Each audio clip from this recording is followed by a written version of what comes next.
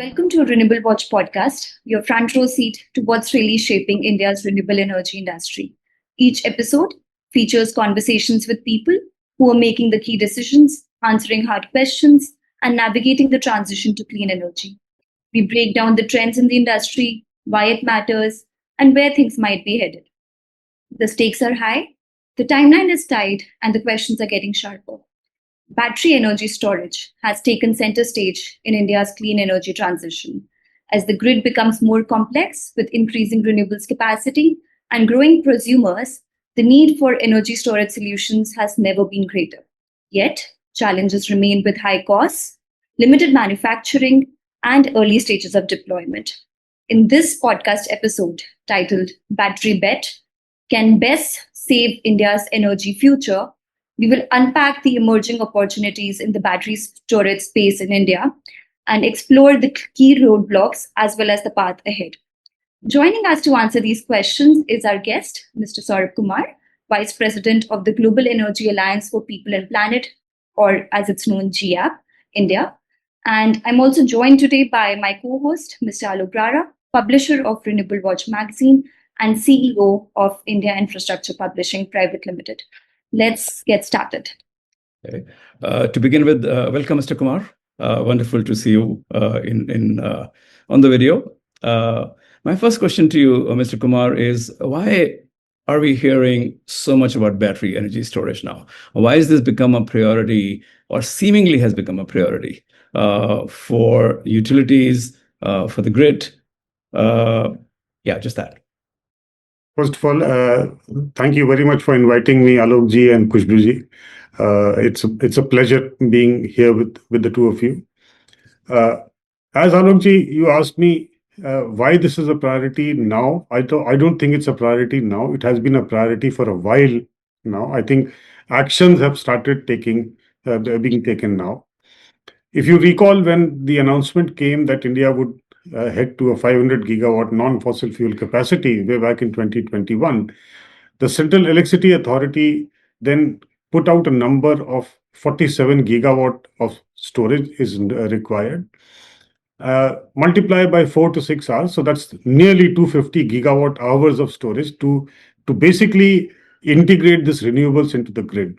And that's how the journey on energy storage began. If my memory serves me right, the first couple of years, the stress was on pump storage plants. But I think rightly so, people, policymakers, stakeholders realize that yes, pump storage plants are good storage elements, but their construction time is much more than what is expected. And therefore, in the last 2 years, I think we have seen a renewed emphasis on battery storage. We have seen government come out with viability gap funding to meet the high cost of batteries. It is absolutely necessary. I think it's not just in India that we see. If you look around the world, we see problems in Vietnam, which has large volumes of renewable capacity but unable to integrate it. They have no storage flexibility in the grid. Same thing applies to South Africa. I think the crisis in Portugal that happened a few months ago is another indicator why we need battery storage very quickly. I would not even say storage, not just storage, but also grid flexibility is another thing that is needed. So that's why I think the time for this is now. And I'm glad we are seeing a flurry of activity in this sector. Right. Kushbu, I have a follow-up on that, Kushbu. Okay. So, Mr. Kumar, what sort of scale are we looking at from the point of view of the whole country? Well, as I mentioned the numbers, 47, 45 gigawatt is what is needed. But and I'm pretty sure the way things are going at the moment, if my memory serves me right, almost 5 to 6 gigawatt of tenders are already live. Some have already been reached the next stage. We are very happy that we have contributed to the initiation of this journey, where GEAPP actually designed and funded and commissioned the first grid-scale battery energy storage project in India, which is at Delhi. Small one, 20 megawatt into 2 hours, but it has paved the way for much larger things to do. We are supporting about 6 to 7 utilities and we want to push about 3 gigawatt ourselves as well. But I think we are well on course of reaching the magical figure that is needed to stabilize the grid. Right.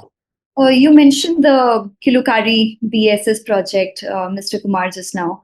So, can you walk us through the conceptualization of the project and what applications was it designed to serve for the DISCOM BRPL?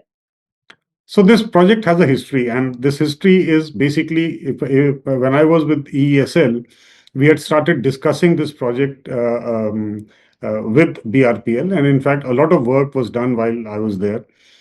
Later on, BRPL took this project to the regulator. Unfortunately, the regulator did not allow this project in 2021 and 22. And the reason, of course, was the fact that there are two reasons. Number one, the costs were very high, and they were not willing to pass on the cost to the consumers. Number two, the project design did not take into consideration that standalone batteries have many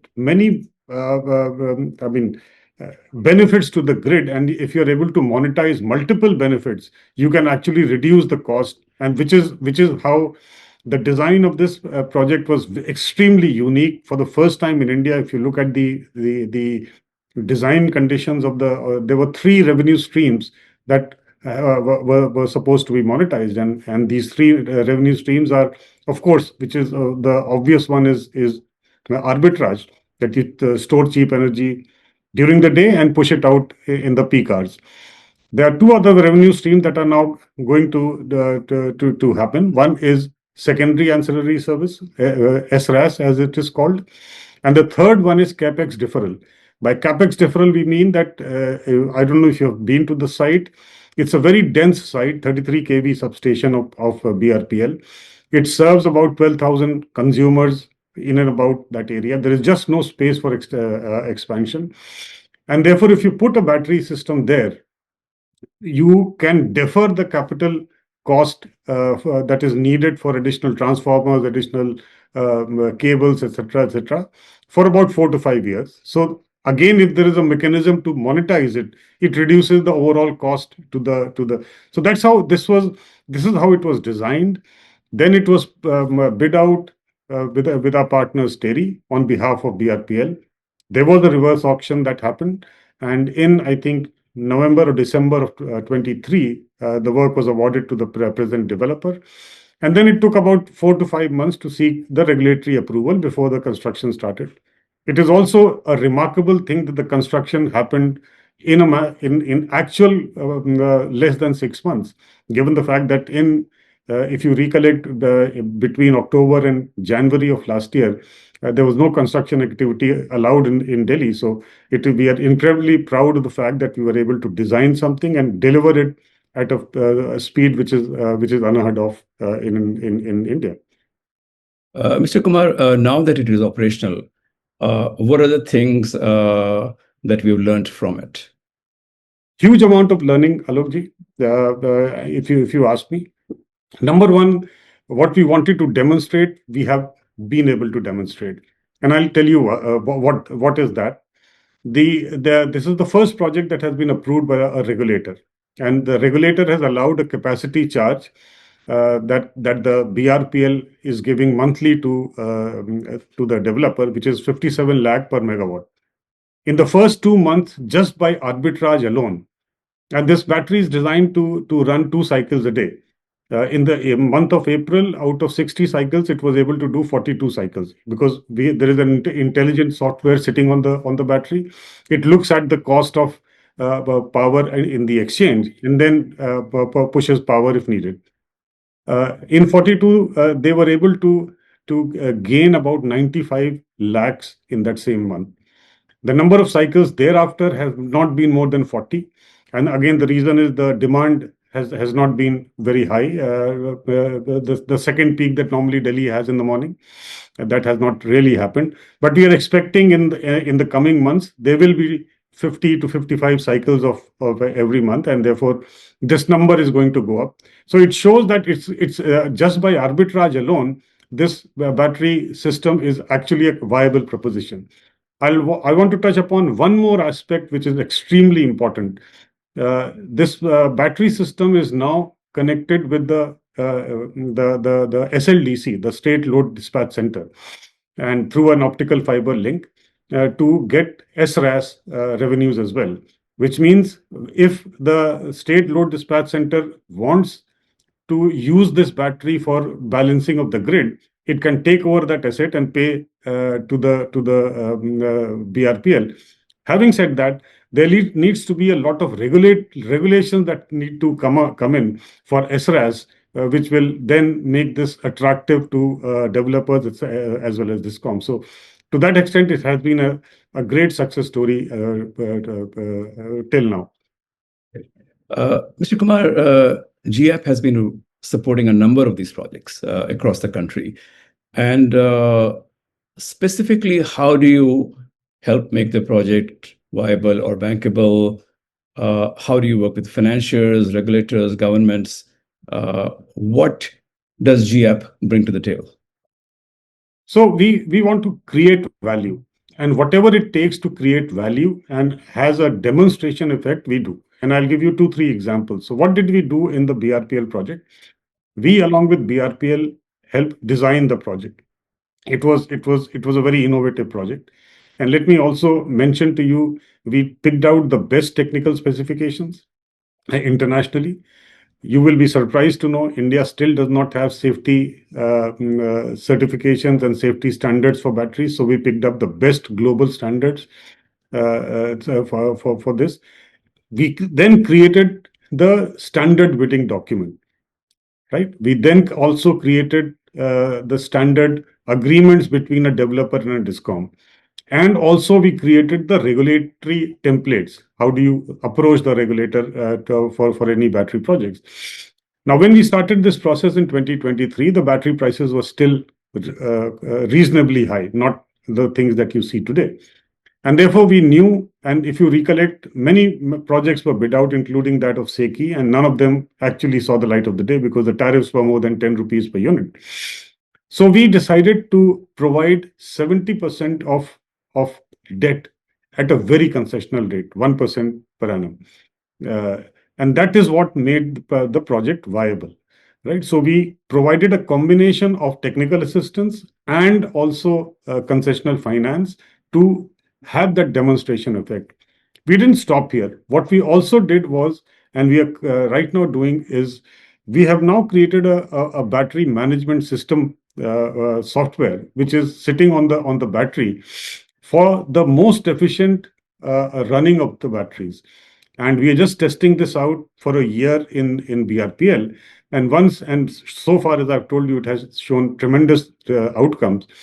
We are going to make in 2026, going to make this a public thing. Anybody, open source software, any utility that wants to use it can use it free of cost. So what we do is a combination of technical assistance wherever needed, concessional finance, and then also hand-holding support so that the promises that were made or delivered to a regulator is also fulfilled in completely as has been the case in Delhi. So that's what our role has been in multiple sectors that we have been working on. Uh, right. So after this particular project that you did for BRPL, are you tying up with other Discoms as well for other similar projects across the country? So Khushbu, we have already helped Tata Power in Mumbai to bid out a 400 megawatt hour project. We are right now doing a very, very interesting project in Delhi itself. And this is a project which is in collaboration with the Power Department and the Transport Department. Now, as you know, Delhi, like all other Discoms, has a very concessional tariff for EV charging. It is 4.5 rupees per unit, by the way, in Delhi, which is much lower than the average power procurement cost of all the 4 Discoms. Now, Delhi has at the moment about 2,000 electric buses, and they plan to induct another 5 to 6,000 in the next 2-3 years. Now, this alone will need a charging load of 500 megawatt. Now, it is all fine to have 4.5 rupees power when the total load for charging is maybe a few megawatts. Now, therefore, the power department is now saying that who's going to bear that subsidy? Now, this is so we are now in collaboration with the Discoms and the 2 departments designing a battery storage project only for charging of electric buses. This will be a unique project anywhere in India. So that's one. Number two, uh, so what has happened is, the success of our project, and combined with the fact that the global prices of batteries have fallen so much, that a short duration storage is now viable. It doesn't need any concessional capital. It needs technical assistance that we are providing to whosoever is wanting to. But there are other forms of battery projects that are still untested. I will not say whether they are unviable, but they are untested. For example, merchant BESS. Now, merchant BESS is a model which we are trying. We are in discussions with a couple of developers to see if they can do this, but we really want to do that. And maybe next year or the year after, we would like to do a long duration storage battery project, which is about 6 hours, 8 hours or more, which is right now technically and commercially a big question mark, certainly in developing countries. So that's what our portfolio in batteries are. Right. Mr. Kumar, India, we all know, remains dependent on battery imports still, and domestic manufacturing is being encouraged. But even then, supply chain of critical minerals like lithium, etc., remains weak. So according to you, how can we ensure long-term scalability and energy security of our country where batteries are concerned when we depend so much on imports? No, you're absolutely right. And this story is not just for battery storage. I think this story goes on to any sector that you look at.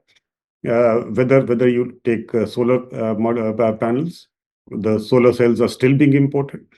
Look at automobile sector, the rare earths are still being.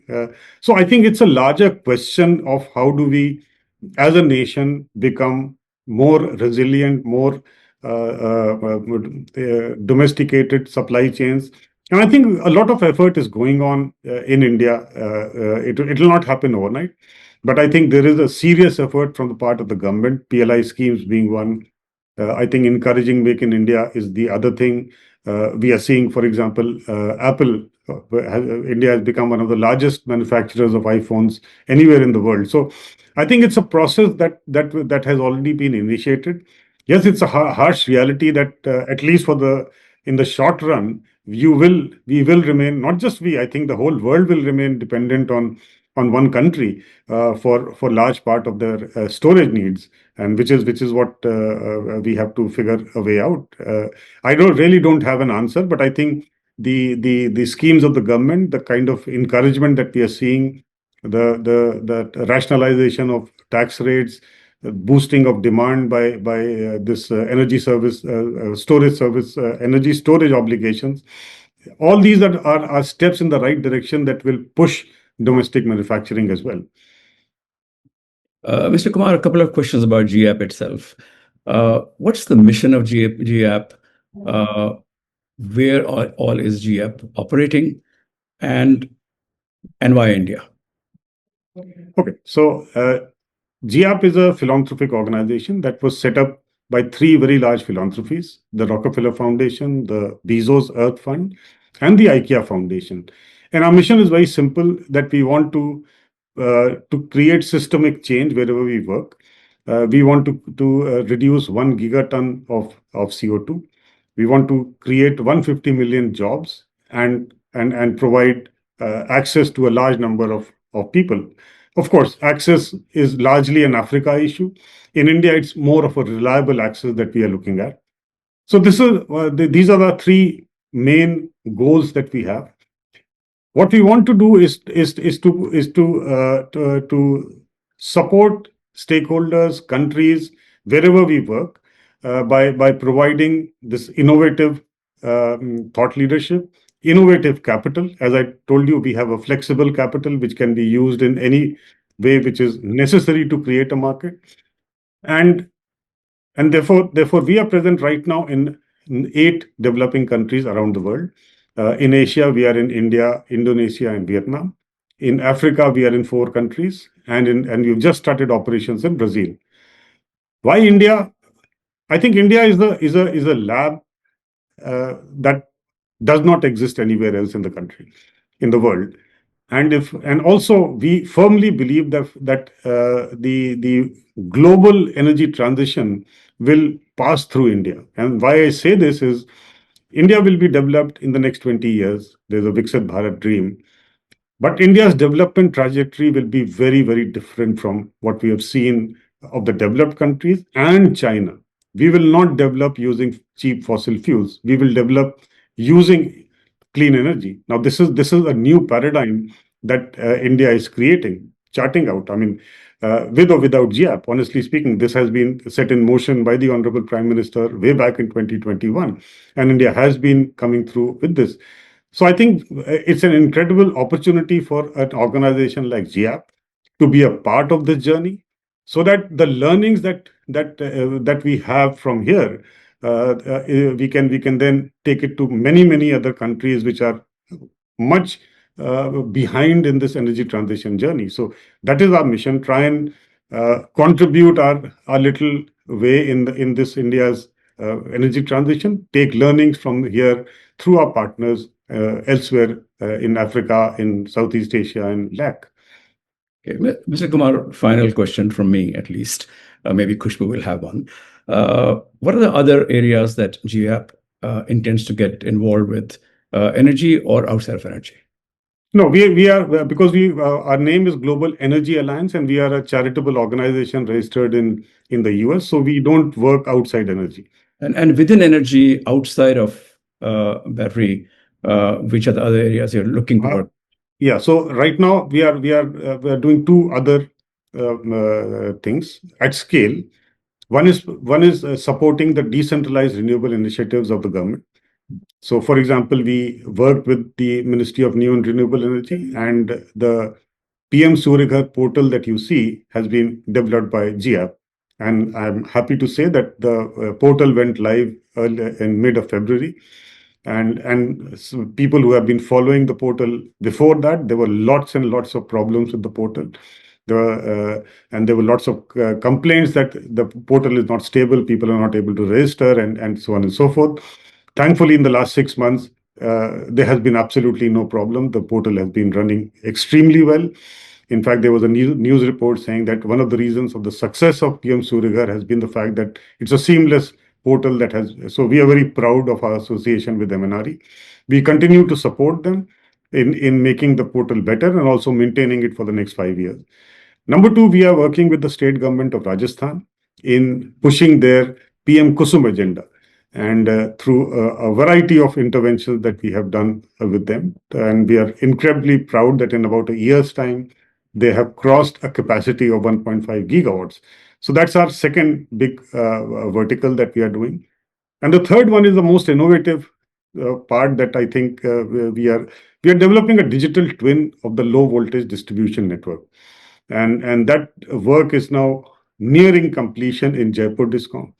It has already thrown up so many different benefits to the Discom that now we are going to take this at a national level. We hope to complete this digital twin and the AI platform in the month of November. In fact, I'll reach out to both Alok ji and Khushbu. We would like to then do a national consultation around it.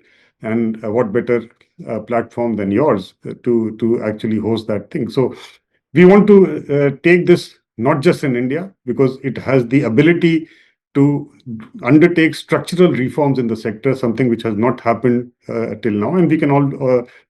So these are three pillars of our engagement at the moment. And just one final question from me, Mr. Kumar. We've been discussing so much about battery storage and all the innovations that are happening in India, especially. So, what is your take on the availability of, the required manpower who will be able to, work on these sort of projects, also operate and maintain them? Where do you see, is there a gap currently in the kind of manpower that is available in the country, and how do we bridge that gap according to you? So I think my experience in these new kind of areas, also in ESL, where I was there for about 9 years, things that we did were never done before. I have a feeling, of course, there is a big skill development that is happening from the government of India, state governments, also institutions. But I have a feeling the moment the market sees an opportunity, a large opportunity, it just picks on to the efforts of other stakeholders, including governments. Yes, at the moment, if you count the numbers of people, engineers working on battery, they may not be very, very large. But I look back 10 years ago, there were not too many people who knew how to develop and commission a renewable energy project. Now, that is not really the case. So I think a combination of the government's programs and a market which is seen, the industry also then starts to get into the act and get this kind of a skilling needed. And of course, we organizations like GEAPP, there are plenty of philanthropic organizations, foundations, where our work is basically to permanently have these things in. So we are ready to support as well. Right. Thank Thank you so much, Mr. Kumar, for joining us for this podcast. And thank you, Alok, for also being my co-host today. And yeah. Thank you very much, Alok and Khushbu. Thank you, Mr. Kumar. We look forward to seeing you soon. Likewise. Thank you.